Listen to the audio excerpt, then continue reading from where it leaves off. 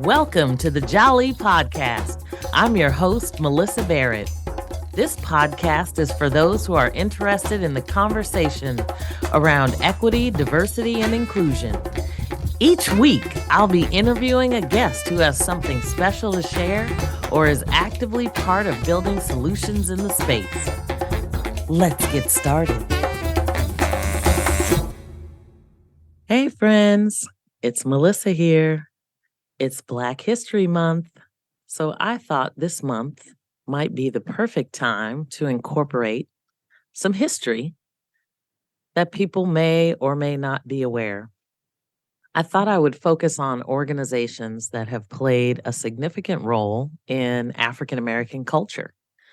And I know there are probably many organizations, but I thought I would kick it off with the first African American fraternity, Phi Alpha Fraternity Incorporated. They were the first African American Greek organization to organize on a college campus. They were the first of many that would follow. And many of you may hear people refer to the Divine Nine. These are 9 Black Greek letter organizations that make up the National Pan-Hellenic Council, which consists of 5 fraternity organizations and 4 sorority organizations. The history of Black Greek letter organizations starts back in the early 1900s when African American students were excluded from Greek organizations at primarily white institutions.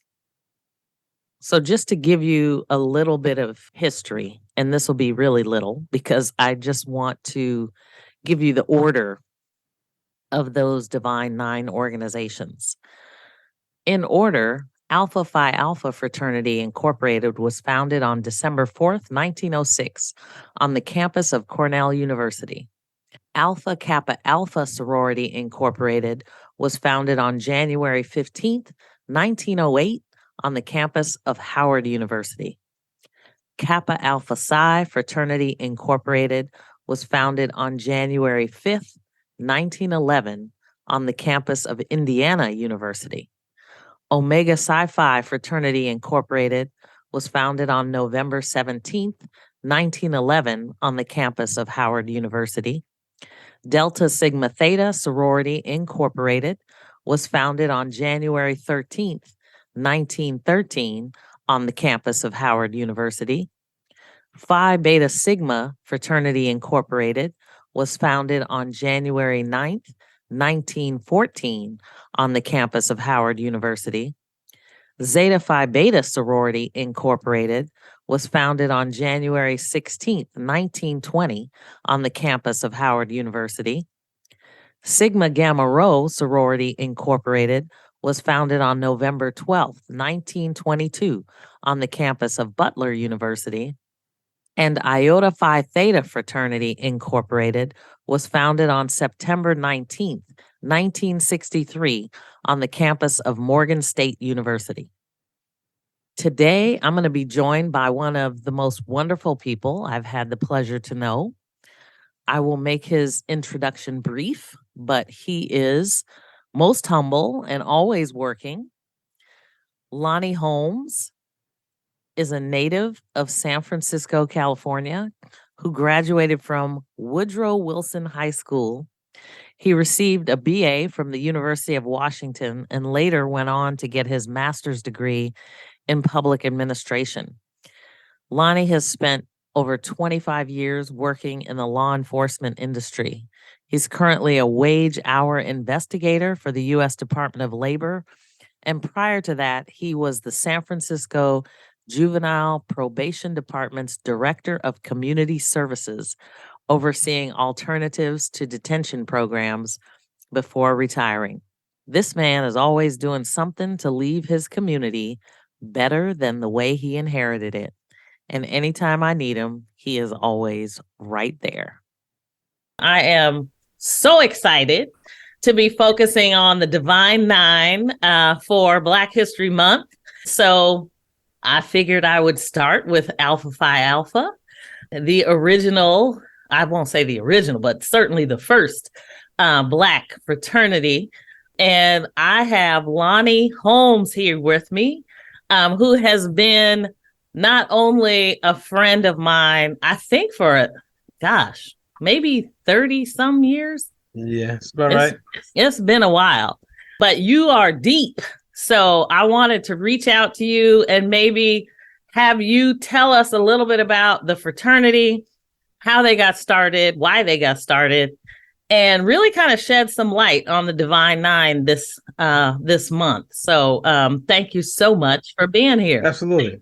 No, thanks for inviting me, Melyssa. Yeah, I have a pretty interesting story myself as it relates to the fraternity, but let me just start with the Seven Jewels, who are the founders of the fraternity that started at Cornell University in Ithaca, New York.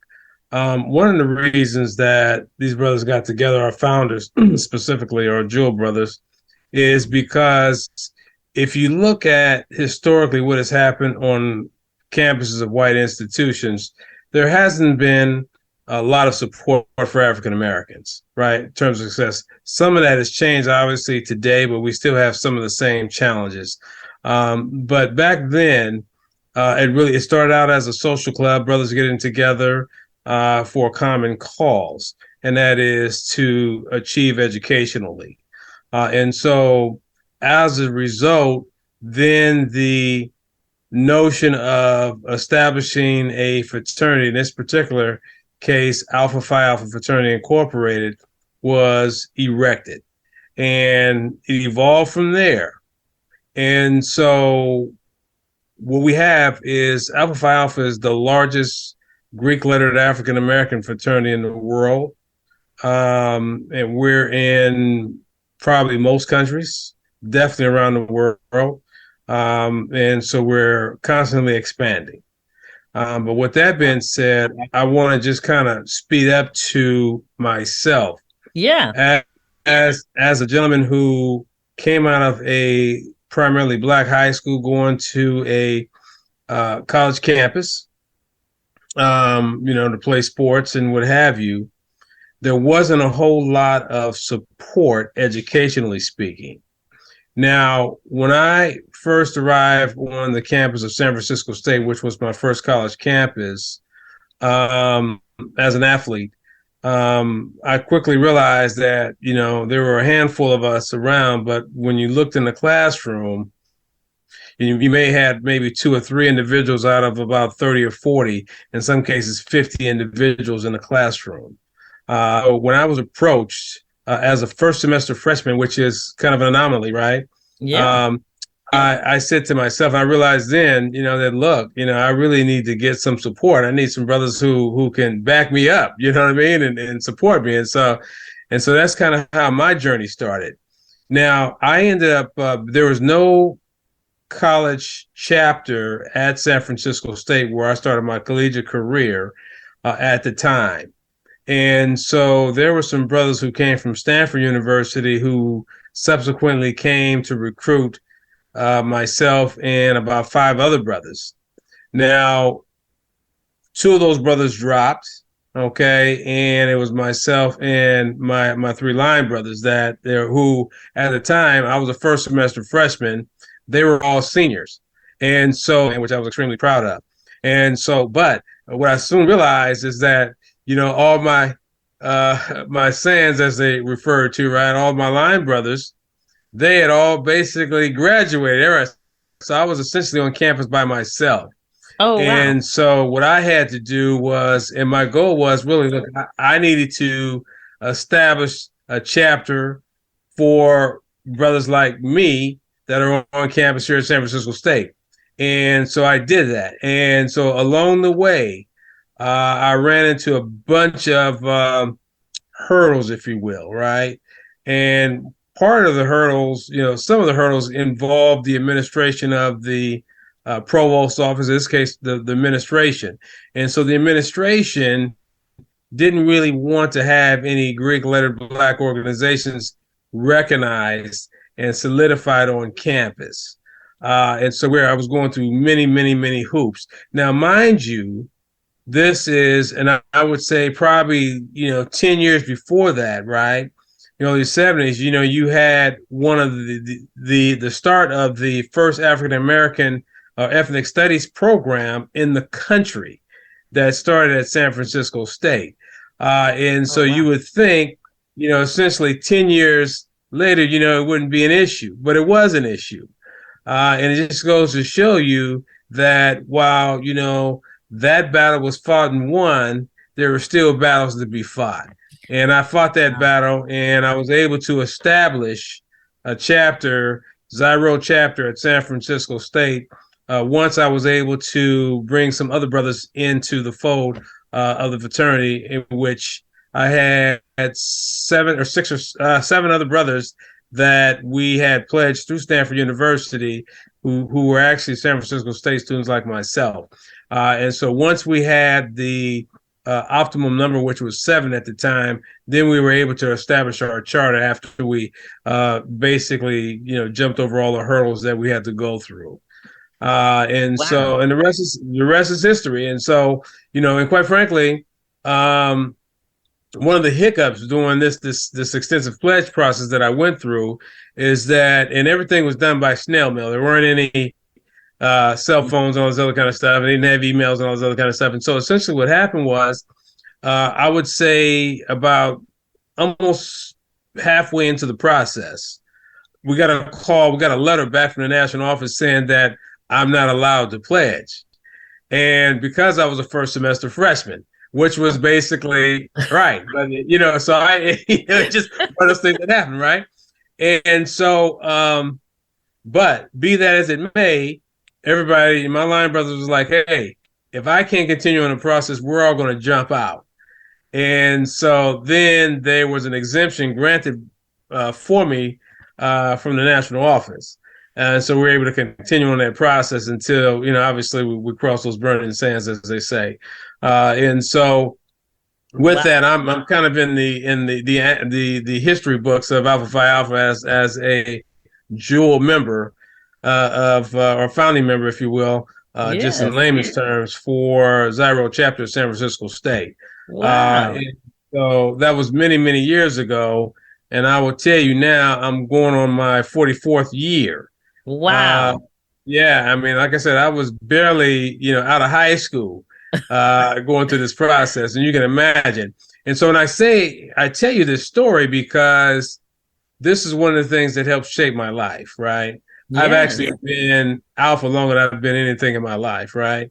Longer than I've been married, longer than all this stuff, right? And Yes. so, but through that, I've had the opportunity to meet, so many prominent alpha men, Andrew Young, I've met, Norm Bryce. I mean, all these brothers, man, that are, prominent alpha men. I've had an opportunity to break bread and in many cases with them and sit down and just kind of learn and what have you. And so also then when I ended up transferring to University of Washington, where I, essentially graduated from, and it's funny because as I've participated as a big brother and pledged individuals who have, come and gone through the fold of Alpha Phi Alpha, they have matriculated to various states. And then at least once a month, if not more, I get calls from someone who is in Texas or someone who's in New York or wherever that knows me because they knew some, you know what I mean? And so it's that kind of thing. So I've been around that long. And because I came in at such a young age, I've had an opportunity really to kind of not only to mesh with the older generation, but also the younger generation, right? Wow. And so I'm kind of unique in that Well, arena. I knew you were unique, but I mean, and I knew you were like Mr. Alpha Phi Alpha, but this is all new to me. I'm amazed. I mean, I didn't know you were a founding member at San Francisco State and all of that. That's fantastic. Yeah, we're definitely a charter member. And I'll tell you something. It was funny because when I would say, as soon as we crossed, we ended up establishing our own chapter. We then, my line brother's brother, who was actually came from New York, David Johnson, was over at UC Berkeley. Now, UC Berkeley had a chapter that had been, it was just celebrate their 100th year. However, that chapter had been inactive for a number of years. There was no brothers over on UC. I mean, it's just the way it is when you see college campuses, right? Right. You don't see that many brothers in there, right? And sisters either. For those, you see more sisters than brothers. But anyway, the point simply was this: is that once he got there, my line brother Greg Hunt, and God rest his soul, he had passed away about 10 years ago now, maybe a little bit more. Um, he helped establish that chapter. And it had been for him. Then you had a whole, collection of a bunch of brothers who came from UC Berkeley. And so during that time, you had, chapters that obviously you had Black Family Day that was just an historic event at UC Davis's campus, the campus of UC Davis. You had San Jose State University, Epsilon Mu, which is we call the Empire down there. But those two chapters between Sacramento and San Jose had been kind of the mainstays, right? And then you start filling in the rest of the Bay Area, okay? Because you had New Chi, Xi Pi, we're talking about UOP, University of Pacific. You had Cal State Hayward, now it's Cal State East Bay, and then UC Berkeley, we had us, obviously San Francisco State, and then UC Berkeley, and then I can't mention before that in '78 you had Nu Sigma, which was started on Stanford University's campus, and so within probably about a 3 to 4 year span, you had Alpha Phi Alpha chapters on all the major campuses in the Bay Area. Okay, and that's been a challenge since that time, obviously, because of how things are happening now, right? Costs and so forth, and just the inability of these campuses to reach out to African American young males out of high school. Okay, and then the Bay Area is changing, obviously, with the tech industry and the cost of living and all these other kinds of things. And so it's that was kind of a rare time, if you will, a historic time in some respects as well. But anyway, that's kind of how that stuff happened. So tell us a little bit about Alpha Phi Alpha and what they focus on, because I know a lot of, all the Divine Nine has a service component. Yeah. So we have our national programs, and the national programs include, let's say, Project Alpha. Project Alpha is a program, and in fact, I used to do Project Alpha as a chapter president, the grad chapter president for Gamma Chi Lambda, which is a grad chapter in San Francisco. But that focused on primarily, providing kids with information around STDs, safe sex, personal hygiene, those kinds of things. So we had, I remember the last time I did it, we had Dr. A.G., who was a prominent urologist here in San Francisco. He came out, provided examples, and provided just everything. And it was just, matter of fact, it was on KGO and some of these other things. We had a lot of live coverage of those kinds of things. But these are like national programs that we do, right? In addition to, right, just some of the other stuff. Brothers Keepers program, and look after older members and stuff like that, and their family and wives and so forth that are widowed and what have you. We have a voteless people as a hopeless people, getting out and assisting people with voter registration, and really just trying to reiterate how important their vote is to get them to vote on certain initiatives that are going to be more beneficial for the African American population and people in of color in general. And then you have go to high school, go to college. Now, every year, incidentally, we have a nonprofit, which is the Alpha Phi Alpha Scholarship Fund. And so we give out scholarships to 7 or 8, just kind of depends on the interest. We have a balance of around about 200,000, and we don't touch the principal. But with the interest, we generally use the interest to give out scholarships on interest every year. We've been doing that for about 30 years. Wow. For deserving high school students. And a lot of it's not necessarily based on GPA, although GPA is a consideration, but we also look at individuals' economic background. If an individual is trying to go to school and they live in a low income area, come from a low income family, a lot of times what we do is we say, okay, fine, they can use as assistants, and so we generally give them once we get their class schedule, send them a check right on for about 1,000, 1,500, 2,000 in some cases. Okay. Fantastic. So yeah, so that's there. I mean, there's just so many different things that we do. You know, annual turkey giveaways. Just be there to assist when we can, how we can, given the fact that we can. Yeah. Let's pause for a moment. We'll be right back.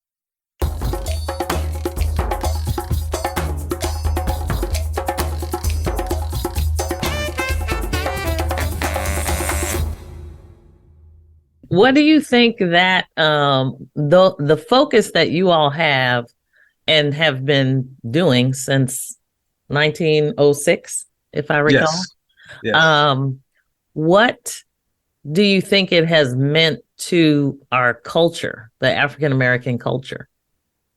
Oh no, I think so one of the things in terms of we talking about cultural relevance and things of that particular nature, and you can see through social media and some of these other things, but I mean obviously all the Divine Nine are known for their historic step moves and all these other kinds of things, and there's well not facsimile, but there's imaging of those variations of steps that are not only across the country but across the world in some cases, right?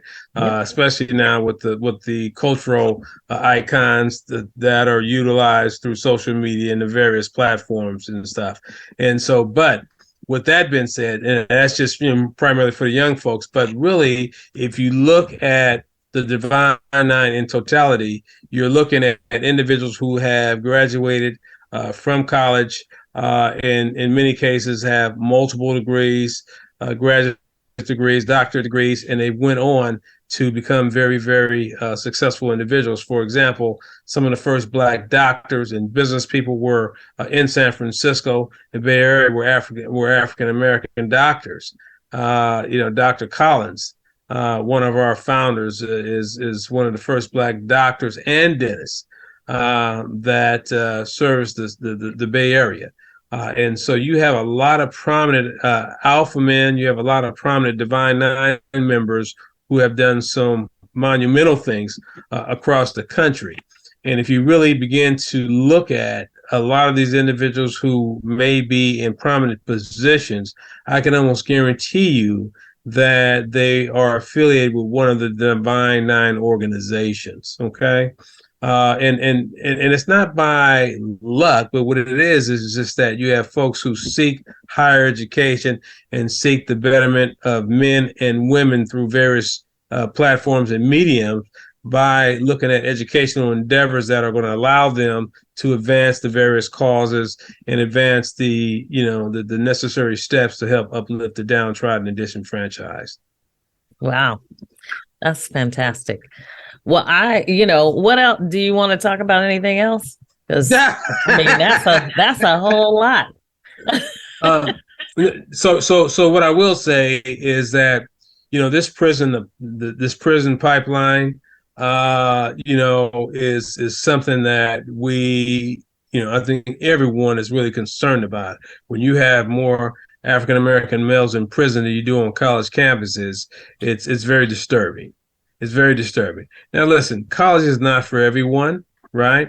But at the same time, you have to look at doing something. Now, with the advent, obviously, of the internet, folks have been very successful not going to college, and that's perfectly fine, right? But at the same time, not everyone is going to be in a situation they can take advantage of the various platforms and the innovations of the internet.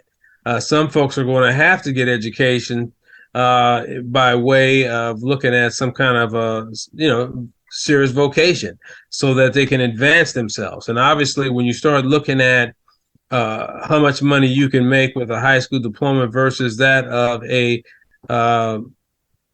bachelor's degree, there's a significant difference. And then it goes up from there. If you have a master's degree or a doctorate degree, all those make a significant difference when you start talking about compensation for wages. The other thing is that when you start looking at, raising a family, it's extremely difficult. It's extremely costly. And, particularly if you're having, kids before marriage and these other kinds of things, and young folks are finding out the hard way. And then what you have is you have this perpetual cycle of poverty that, young folks are coming up in, and then all of a sudden they're subject to the street hustle and everything else, right? And it worked for some, but it doesn't work for most. And what happens with the majority, they end up in prison. Yeah. So, obviously, trying to, push this narrative that you have to get your education in order so that you can open up more avenues of opportunity for you, your family, and your children. That's awesome. That's why, I mean, for me, my exposure to the Divine Nine and the Greeks were much later in life. I didn't have anybody in my family that followed this path. My mother being an immigrant from Panama. And, my dad ended up going to school in North Dakota from, Missouri. So, for him, he had a different path, but I tend to wonder if he was able to flow into a network like this, or even have any support whatsoever. What life would have been like. And he was an amazing man. But I am, the more I am involved with the Divine Nine, I just think there's so many people that don't quite understand what it truly has meant to the culture to have the type of focus, the network, the support, because it's truly a bond that you're creating, across generations. Absolutely. It's a lifetime bond. And I will tell you, for me, being one of nine children, I was the first one in my family to ever go to college and graduate from college, right? And so, I didn't have any. It was like college. I mean, in those days, things were a little bit different, right? Yeah. And they're still different. But I mean, every generation has their ups and downs and what they kind of go through, right? And so, we look at how young people are affected now from a mental health perspective, right? And mental health is becoming a real public epidemic. And but if you realize and look and do kind of an analysis, a lot of young folks, they can't necessarily handle a lot of pressure in this world right now. And one of the things that I heard that is attributed to is the information overload of the internet, right? Yeah. And so how to manage the internet, right? And so, and I look at that and I say to myself, but it's a real phenomenon. But at the same time, I'm looking like, well, wait a second, that versus, where are you gonna get your next meal from? If you grew up in a low income household, coming up on government cheese and everything else. It's like, well, man, when I'll be able to get some real meat or something, you know what I mean? Instead of eating this spam, so so the struggle's a little bit different, right? Yeah. I can even tell my kids some of these stuff, like, yeah, it goes in one ear and out the other ear, right? Because they'll never know what that time was because they didn't go through that time. And so each generation has their own struggles, their own time, because you have folks who are constantly looking at the educational trends and the analysis of how things are being navigated in and around the world, just from an information standpoint to help people cope. Yeah. Yeah, that's so true. It's such a necessary component. And, I look back to 1906 and just go, what was going on at that time. And for these brothers to get together and say, you know what, we're going to do this. I mean, the courage it probably took to do that at that time. It's pretty significant. Yeah. And because one wrong move could cost you your life. Absolutely. And wouldn't nobody do anything about it. Okay, if you're the wrong color and caught on the wrong side of the track, it was a wrap. And so, the interesting thing, if we look at, police, violence against African Americans and how, and this has been studied for decades, right? And it's still the same.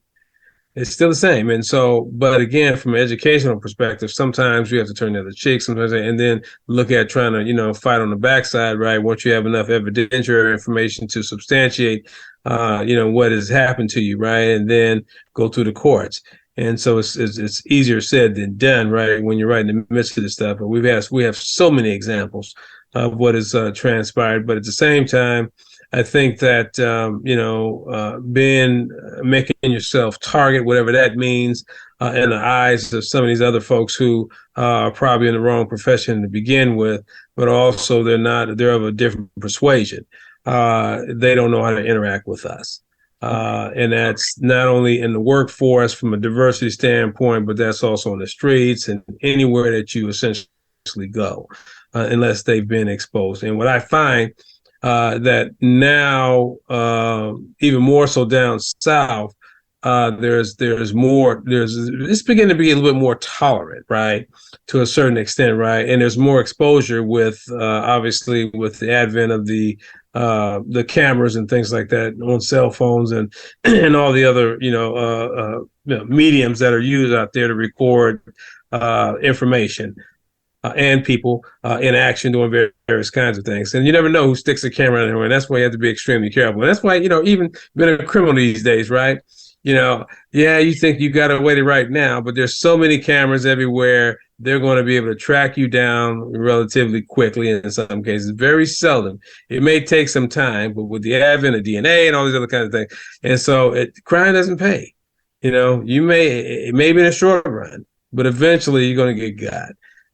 But that's from everybody, whether it's from the enforcement perspective, you're doing something that you're not supposed to be doing from an enforcement perspective, or if you are, engaging in some kind of, criminal activity, or whether it's white collar, blue collar, or whatever the case may be. There's, and then we talk about these things, right? But then you look at the former president, former vice president, the current president, looking at having confidential documents in their homes and all these other kinds of things and not knowing this and all this other kind of stuff. Now the spotlight is coming out on this all of a sudden. So it's like, no matter where you turn, no matter where you look, someone's been exposed for something. So get that education, just walk the straight and narrow, man. That way you don't have to worry about looking over your shoulder. Yeah. Well, you are doing some fabulous work, as you always have. So I so much appreciate. I'm my best. I'm not perfect. None of us are perfect, but it's like you are always doing something. And I know how long you have been in San Francisco, and you are, what you have put into young men, young women behind you, is just amazing. So I know. I know how much you fill me up, so I can't imagine, how many people you and your family have touched over the years. So thank you for all you do. Yeah, and that's because people thank you, Melyssa. And that's because people have done that for us. I mean, listen, there were times where, coming from a big family, man, and not having much, and folks, delivered. Folks bought us turkeys, folks bought us. So everything that happened to me growing up, by way of, a handout and stuff like that, I've done the same thing and given back, because that was the message that was given to me. So I just try to do the same thing, Yeah. Pay it forward. Pay it forward. That's awesome. Exactly. Well, thank you so much for coming to the Jali podcast. The Jali. You knew him personally, so, this is a head nod to him. I know he would love to be able to connect with the Divine Nine, but it is truly a pleasure to have you join me. Yeah, Melyssa, let me just say this to you with all sincerity. I mean, your due diligence and persistence and really, getting the word out to young folks has been second to none, and I applaud you. We love you. And anytime that we can assist you, then, just feel free to, call us and then we, and I would say text, right? But I'm not a big tech guy, right? Can you just pick up the phone and call me? Because, it may be a couple of days before I answer a text, right? but nowadays, even my kids, they send text before they pick up the phone and call you, and I get it, Right? Exactly. Well, I love you back. I love y'all, and I appreciate you so much. So thank you so much for joining me. Thanks for joining me on the Jali podcast. Please subscribe so you won't miss an episode. See you next week.